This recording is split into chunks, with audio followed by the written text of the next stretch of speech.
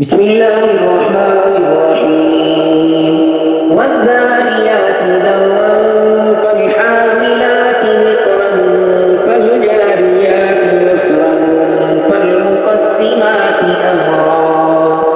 إنما توعدون لصادق وإن الدين لواقع والسماء ذات الحبك إنكم لفي قول مختلف يؤفك عنه من أفك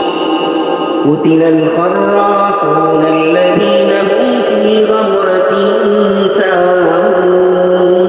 يسألون أيان يوم الدين يوم هم على النار يفتنون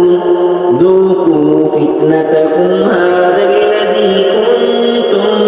به تستعجلون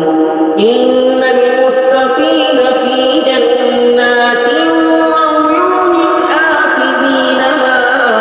آتاهم ربهم إنهم كانوا قبل ذلك محسنين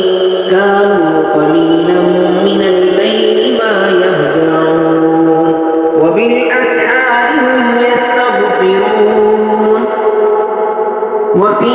أموالهم حق للسائل والمحروم وفي الأرض آيات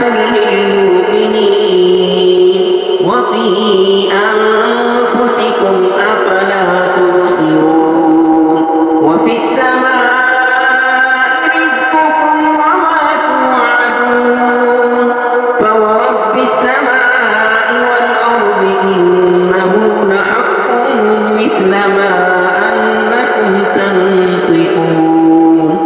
هل أتاك حديث ضيف إبراهيم المكرمين إذ دخلوا عليه فقالوا سلاما